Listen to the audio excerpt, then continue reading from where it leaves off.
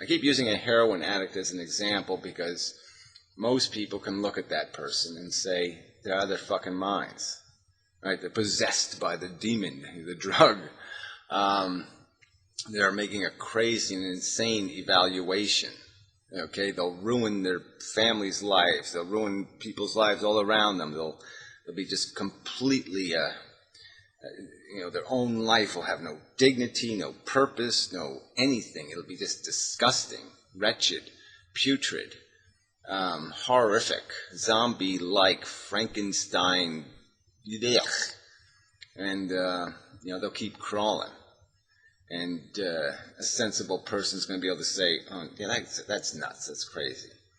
And I'm sort of arguing that if you really take a human being and get them out of the game, and put them above the game, and make them responsible for the game, that maybe they'll be able to see that, yeah, this is gnarly, this isn't simple, at minimum. And from my perspective, like I said, when I look at it through all this context, this whole context of understanding, it's a piece of chemistry, damn it. And all it's doing is consuming and reproducing. And that's the mission. There's no grander accomplishment. There's no getting there. And we could have 10 tons. We could have a brain as big as the fucking moon. And we're still not going to be able to make any sense out of it. Because it doesn't have a purpose. It doesn't have anywhere to go. And the only thing we can use our intelligence to do is find some way to mitigate against the pain and the suffering and the negative parts of it.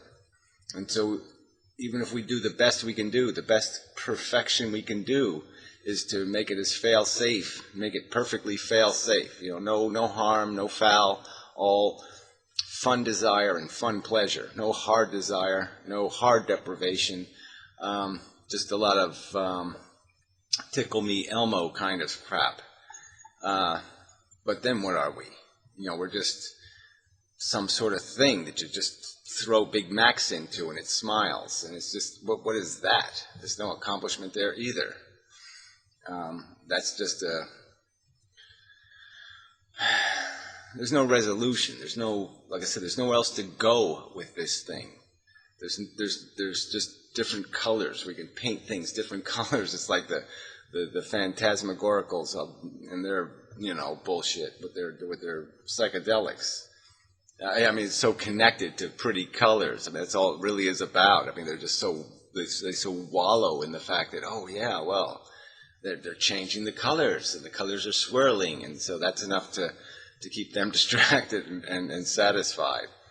But it's nothing in comparison to the context. It's silly. It's embarrassingly silly to try to undo the real hard suffering that's been endured.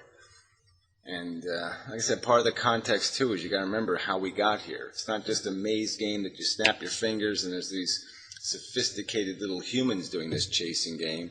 No, it's 4 billion years of evolution, but at least 2 billion years of evolution with feeling organisms being the bait, or whatever you want to call it, being the consumables and the consumers.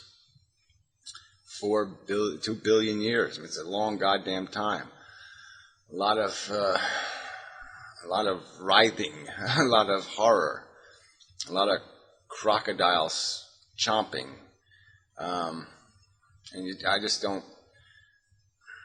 I mean, it's hard to make a rational argument and justify a handful of it, let alone 2 billion years of it. I mean, that's a hell of a price to pay for McDonald's. I mean, what's, moon rock? What are we going? What are we doing? An orgasm. I mean, how many do you need? Been there, done that, right? So the only thing left is the desire part, the part that just regenerates, the hunger, the food. I need the food. And so, yeah, I need to get fucked one more time. And that's going to run through our heads. We're never going to be able to give up on it. There's always something we want to do one more fucking time. Because that's the nature of the beast. We are made to desire it, to want more of it, to feed on it. There's probably a more That's the thing. I got to work on the language. People like those perfect little phrases. So you need a perfect little phrase that really describes the crude nature of desire. That gives it that makes it visible, just how much it's made out of shit. How there isn't anything of any real value. We're just chasing an illusion, and the illusion has tied to it this notion of satisfaction, of completeness. And somehow our brain prevents us from learning that the completeness will never be complete. The satisfaction will never be enduring. It'll slip right through our fingers. It'll be gone. We'll never be able to catch the fish. That's another way. I can think of a better metaphor. It'll never be within our grasp. It'll be that carrot on the stick, and we'll just keep, like a dumb mule, we'll just keep chasing that stupid carrot, and we're never going to, it's going to dry up and shrivel up before we ever get to it. And that's the context. So I'm just saying I'm saying that this is a discussion that can take place with intelligence, not with emotions. We can't just sit there and ask each other, well, how do you feel about your life? Because that's not dealing with the reality. Because your life might not be the average life, and it might not be the color that is the meme of life. What this thing has been for billions of years. And so it's not a fair way to evaluate. You just can't ask yourself, well, have I profited from the experience? That's really not good enough. So I guess what I'd say is part of the context, if you're going to continue this conversation, would be to talk about how you would think if you were responsible and you had no interest, no personal interest in the game. You weren't going to be allowed to play it. Okay? You were creating life on another planet. You had the decision to make. Do I press the start button? Okay, that's the position you're in. Okay, the start button's sitting there, and you can press it, and it won't go anywhere. Okay, that's the one fact you do know.